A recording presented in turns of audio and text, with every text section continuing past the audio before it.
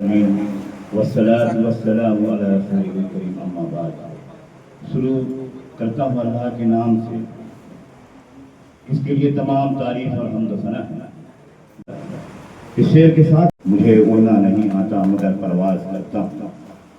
Stage पर जलवा अफरोज उस्ताद मोहतरम master doctor Naseem Akhtar sir और इसी तरीके से दीगर मेहमानान खुसूसी जिनमें परवेज़ अली साहब, मोहम्मद इरफान साहब, मिस्टर वसीम बारी साहब, मोहम्मद अयाज साहब और मोहम्मद सलीम साहब, बिलखुसूस अजीज़म रिजवान रेहान कौसर साहब। मैं अपनी खुशनसीबी समझता हूँ, हालांकि मैं इस काबिल नहीं था कि इस फंक्शन की सदारत करूँ, क्योंकि डॉक्टर नसीम साहब के बाजू में बैठकर सदारत के फ़राइज़ को अंजाम देना मेरे लिए बहुत मुश्किल था, लेकिन क्योंकि ये रेहान कौसर साहब का हुक्म था, इसलिए हुक्म की तामील करना मेरी जिम्मेदारी था। मैं आज की इस बात में थोड़ा ज़्यादा बात करूँगा, इजाज़त चाहूँगा कि मुझे वक्त दिया जाए। सबसे पहले मैं इस मंच का शुक्रिया अदा करना चाहता हूँ कि जो रेहान कौसर साहब ने जो मंच सजाया है, ये तमाम मेरे रिश्तेदार हैं, सभी से मेरी रिश्तेदारियाँ हैं अल्हम्दुलिल्लाह। रेहान कौसर साहब तो मेरे भतीजे हैं, हमारे दो भांजे हैं माशाल्लाह, तो बैठे हैं, पुलिस में हैं, इंग्लिश में हैं, ये भी हमारे भतीजे हैं, ये भी हमारे भाई दो हैं। सभी डॉक्टर साहब से भी हमारे रिश्ते नया रिश्ता हुआ है अल्हम्दुलिल्लाह। तो ये खूबसूरती जो रेहान कौसर साहब ने बनाई है आज के मंच के लिए, मैं चाहूँगा आप जोरदार इनके लिए तालियां जरूर बजाएंगे। जैसे कि मेरा तारुफ पेश किया गया कि कामटी शहर में शुरू किया है हमने तालीमी चौपाल के नाम से, तो 2011 में हमने एक संगठन का फाउंडेशन किया जिसका नाम रखा परमवीर चक शहीद अब्दुल हमीद एकेडमी, जिसमें उस वक्त जो है अल्फाज हिंद जो है ये रिसाला कामटी शहर से निकलता था। तो 2014 में हमारी एकेडमी ने जनाब रेहान कौसर साहब को इसलिए सम्मानित किया कि इन्होंने कामटी शहर से एक रिसाला कायम किया। इस उम्मीद पर हमने उनका इस्तकबाल किया, उन्हें अवार्ड से सम्मानित किया कि आने वाले वक्तों में ये रिसाला तरक्की करेगा। और हमें ये जान करके बहुत खुशी हुई 2023 में जब इनके रिसाले का 100 साल मुकम्मल हुआ, इनके ऑफिस में मैंने देखा कि उनको हमने अवार्ड से सम्मानित किया था इस्माइलपुर की एक तालीमी चौपाल में। तो हम जिनसे अपेक्षाएं करते हैं, हम जिनसे उम्मीदें लगाते हैं, ये अल्लाह ताला की तरफ से दिया हुआ फरमान होता है। हमारी कोई सलाहियत नहीं है, न इनकी सलाहियत है कि ये कुछ कर रहे हैं या हम कुछ कर रहे हैं, ये अल्लाह का हुक्म है। अल्लाह ने कुरान पाक में जो हमें हुक्म दिया खिदमत खल्क का, तो इसका हिसाब हमसे होना है। नबी करीम सल्लल्लाहु अलैहि वसल्लम की सोच क्या थी, नबी करीम सल्लल्लाहु अलैहि वसल्लम की तालीमात क्या थी कि जब नबी करीम सल्लल्लाहु अलैहि वसल्लम दुनिया से जा रहे हैं, जो प्रॉफिट मोहम्मद सल्लल्लाहु अलैहि वसल्लम जो अंतिम ऋषि के रूप में इस दुनिया में इनका अवतरण हुआ, वो जब दुनिया से जा रहे हैं तो दुनिया ने हर कदम मानवता के लिए उठाया, उन्होंने हर कदम मानवता के लिए उठाया। मैं एक शेर बीच में कल सुन रहा था कि ये आज नई बात है, ये आज नई बात नहीं है कि बेटी पढ़ाओ बेटी बचाओ, ये बेटी बचाओ नया नारा नहीं है, ये अभियान तो मोहम्मद सल्लल्लाहु अलैहि वसल्लम ने शुरू किया था, ये नारा तो आज नया है। हम आप अपने आबाओ अजदाद और अपने पूर्वजों पर याद हैं। अब रेहान कौसर साहब के बारे में एक बात कहूँ कि इस इदारे को उन्होंने कायम किए। अयाज साहब कह रहे थे कि इदारा कायम करना इतना आसान नहीं है, कामटी शहर में किसी तंजीम को चलाना आसान नहीं है। आप किसी की आंखों का तारा बनते हैं तो आप किसी की आंखों में डूबते भी हैं। मैं अपना जाती तजुर्बा कह रहा हूँ और ये मैं खुले मंच पे कहता हूँ, ये ऐसा नहीं है कि यहाँ बंद दीवार में ये सोशल मीडिया पर वायरल हो गई है। मैं तो तालीमी चौपाल में बहुत खुले दिल से कहता हूँ, क्योंकि मौलाना सज्जाद नुमानी साहब कहते हैं कि जिस हाल में और जिस दौर में हम लोग जी रहे हैं, ये जरूरत इस बात की है कि हम अब खुली डायलॉग करें, खुल के बात करें, अपने इजहार का ख्याल खुल के करें, क्योंकि हमारा लोकतांत्रिक अधिकार भी है। तो ये ऐसा नहीं है कि रेहान कौसर साहब की ITI है और इन्होंने जो अल्फाज हिंद शुरू किया तो ये फूलों का गुलदस्ता इन्हें ऐसे नहीं मिल गया, इन्होंने बहुत परिश्रम किया होगा, वाकई हमने देखा इस बात पर। अब मैं अपनी बात को आगे बढ़ाना चाहता हूँ कि यहाँ पर बहुत से स्टूडेंट्स हैं, मेरे सामने तशरीफ रखते हैं आप तमाम। मैं अपनी बात को 500 के एक नोट से शुरू करना चाहता हूँ। ये नोट आप देख रहे हैं कैसा है, ताज़ा है, फ्रेश है, कड़क है। अभी मैं इस नोट को क्रश कर रहा हूँ, ठीक है। अभी इसको मैं खोलता हूँ,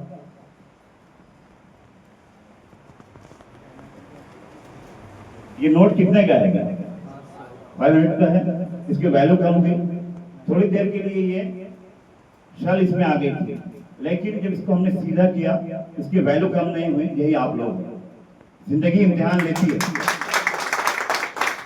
जिंदगी इम्तिहान लेती है और आप लोगों से भी जिंदगी इम्तिहान लेगी, क्योंकि जो इम्तिहान से नहीं गुजरता वो कामयाब नहीं होता।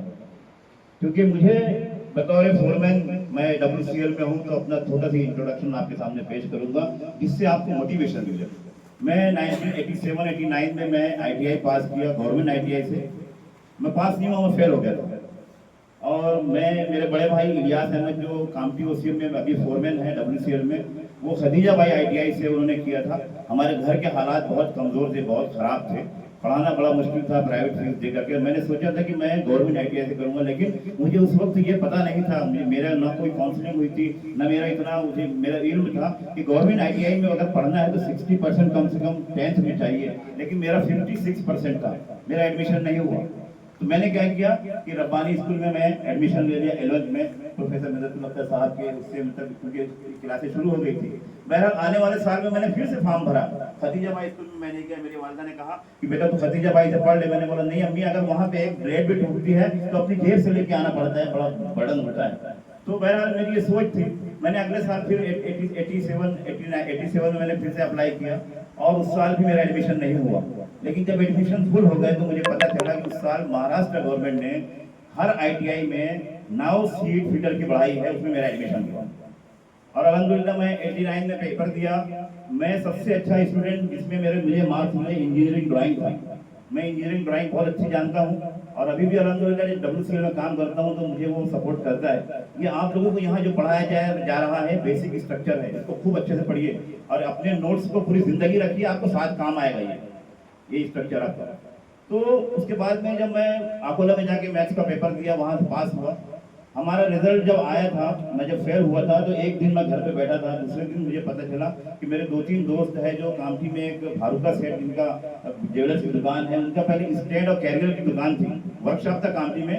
तो वहाँ पर वो मेरे दोस्त जाते थे, तो मैंने सिर्फ एक पेपर हम दिए थे, उसके एक दिन मैं घर पे बैठा था। दूसरे दिन हम जो है मैं जाके उस सेठ से मिला कि भाई मुझे भी काम पे रख लीजिए। 7 रुपीज पर डे, 7 रुपया पर डे था। और मैं उसके बाद में फिर पाइप कंपनी में हमने काम किया, मैंने MIDC में काम किया, वहाँ सैलरी बढ़ते गई।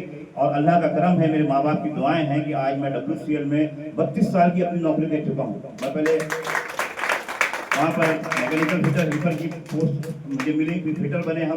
फिर उसमें कैटेगरीज होती है 2, 3, 4, 5, 6, उसके बाद फोरमैन बनते हैं। पिछले 3 सालों से मैं भानेगांव ओपन कास्ट माइन में मैकेनिकल फोरमैन की ऐसे ड्यूटी कर रहा हूँ। और मैं आपको बताऊँ आज मेरा बेसिक जो है 99,000 रुपीज़ है। मैं ये क्यों बता रहा हूँ आपको, बताता है ये 5 का नोट जो आपके वैल्यू है। अभी आप यहाँ से पढ़ के जाएंगे, आपके बहुत से ख्वाब है जिन्हें आपने पूरे करना है। ठीक है, अपने आप को मल्टीपर्पज बनाइए। आप मल्टीपर्पज कैसे बनाएंगे? आप फिटर हैं, इलेक्ट्रीशियन हैं, अब ये इसी में सीमित होकर मत रहिएगा, क्योंकि आप किसी प्राइवेट कंपनी में खास तौर से मैं समझता हूँ जाएंगे।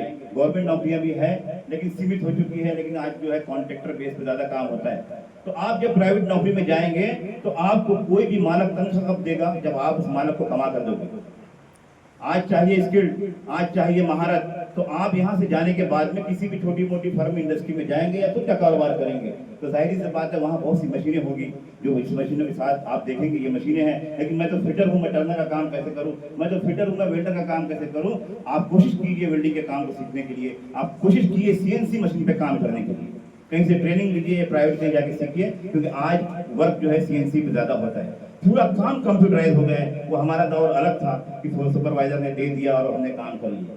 आज जो है साइंस और टेक्नोलॉजी का दौर है और पढ़ाई भी आज हाईटेक होती जा रही है। तो मैं कुछ नसीहतें सिर्फ आपको करने चाहता हूँ कि अपने अंदर में जो है महारत पैदा करें। और एक खास बात यह है कि आप जब भी किसी फर्म में जाएं, किसी इंडस्ट्री में जब जाए, जॉब के लिए अप्लाई करें, तो आपके सामने एक कंडीशन रखेगा कि आपको 12 घंटा काम करना है। मैं आपको मशवरा देता हूँ, आप 12 घंटा इस उम्र में काम मत कीजिए।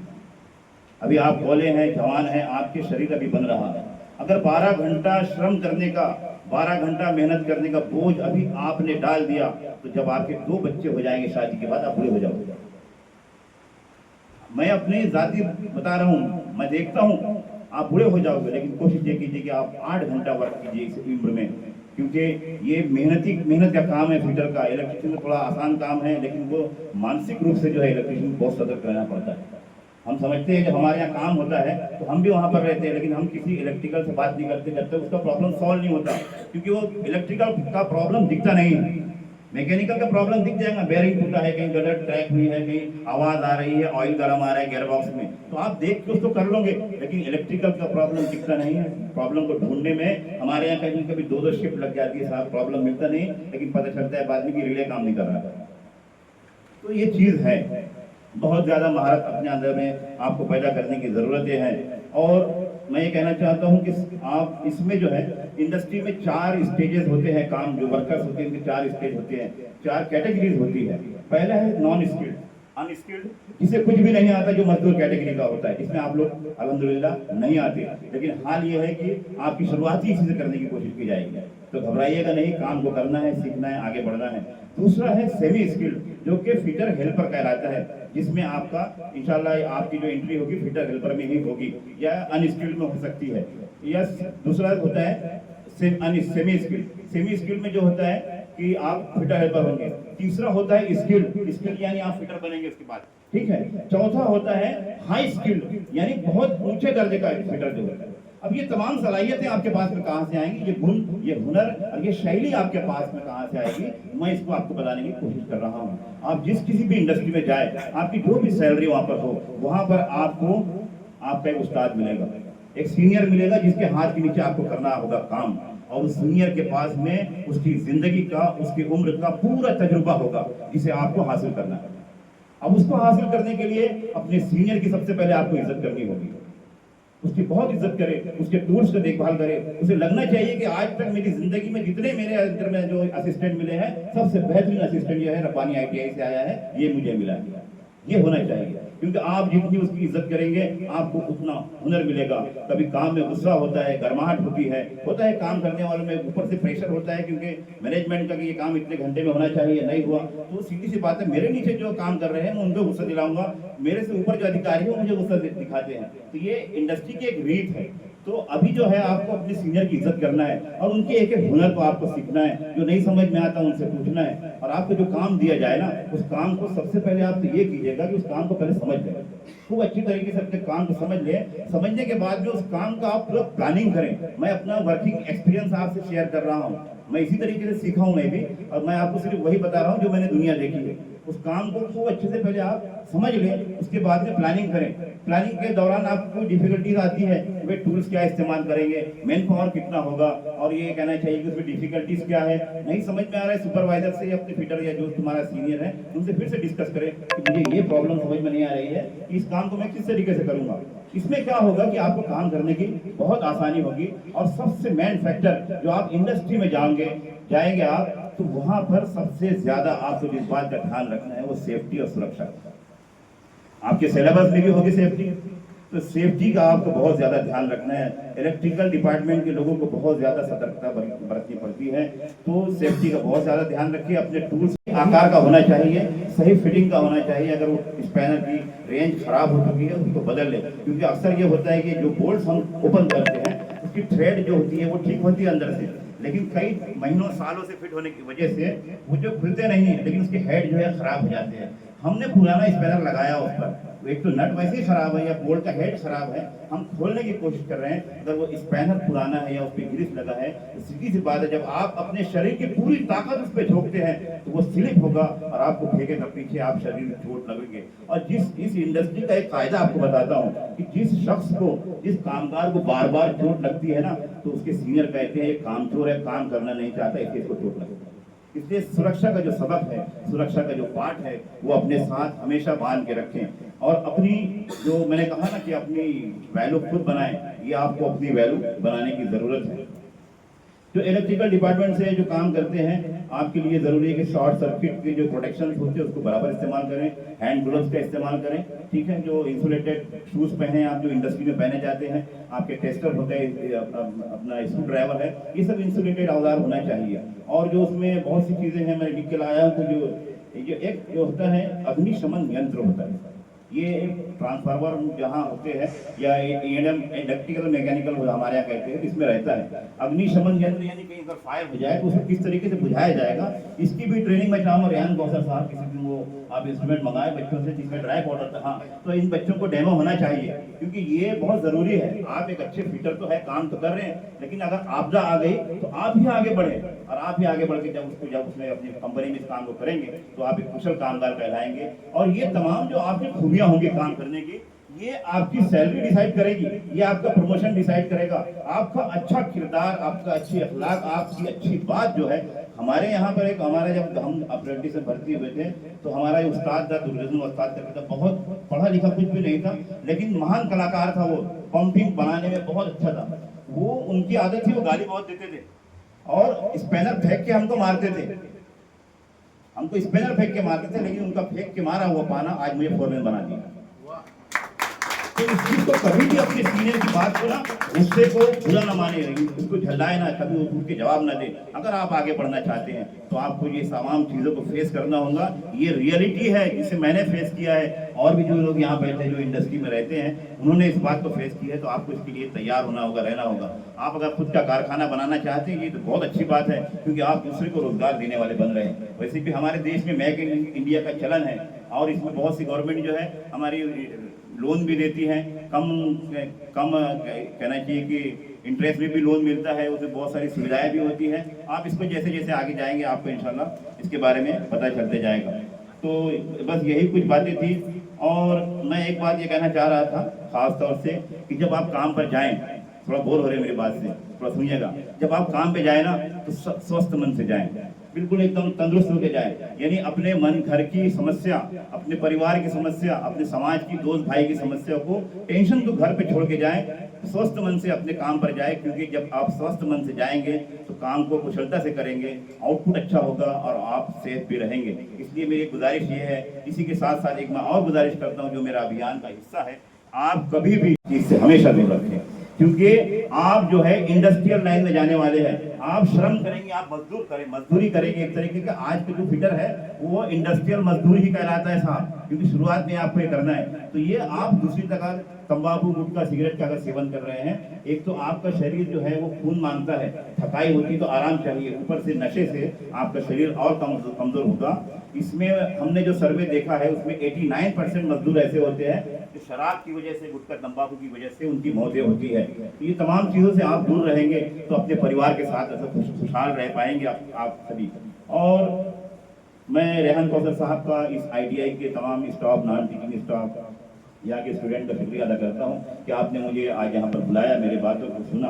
तो मैं ये भी एक बार कहना चाहता हूँ कि जब हम कॉलेज लाइफ में जाते हैं तो सीधी सी बात ये होती है कि हमारा ये होता है कि हम कमाएंगे क्या, है ना भाई। लड़कों के पीछे कमाई का क्या प्रॉब्लम होती है, क्या समस्या होती है, कमाना क्यों है? अच्छा, क्योंकि भाई हमें शादी भी तो करनी है।